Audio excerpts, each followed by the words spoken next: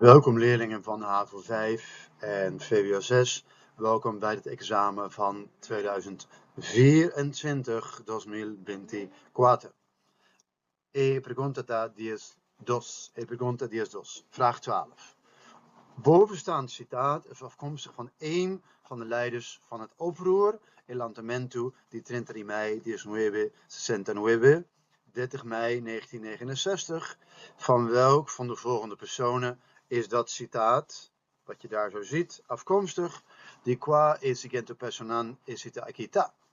Van welk van de volgende personen die je daar ziet, is het citaat afkomstig? Van Amadonita, Ernesto Petronia, Papa Godet of Stanley Brown?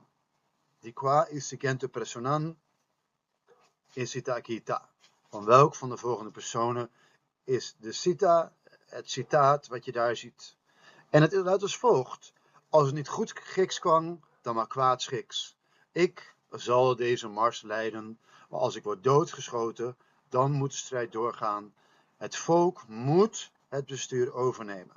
Uit Napa, 25 mei 2019. Tegenwoordig is dat volgens mij een bijlage van de Amigo. Ja?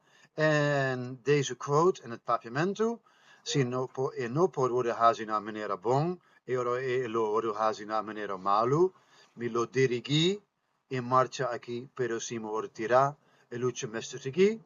De mars moet doorgaan en de mestima over e gobierno. De mensen moeten de regering overnemen. Ja, di qua is siguiente personan cita equita. Is dat van Ernesto Petronia? Is het van Stanley Brown? Is het van Amadonita?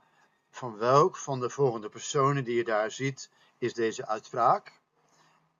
De uitspraak die gedaan zou zijn tijdens 20 mei, van wie je hierboven een aantal foto's en een aantal vernielingen ziet. Ja, dus die qua is siguiente personan aquí cita aquí está. Van welk van de volgende persoon? Nou, het is iemand die 20 mei leidde, een leader. Het is iemand die heel belangrijk is geweest tijdens 20 mei. Somebody who wanted to do sacrifices for the bigger goal. En de bekendste leider en de meest leidinggevende persoon tijdens die dag is, zoals je daar ziet, Papa Godet. Dus Papa Godet is de persoon die qua il siguiente personan es cita Akita die Papa Godet, van wie je hierboven een afbeelding ziet. Ja, leer meer over Papa Godet.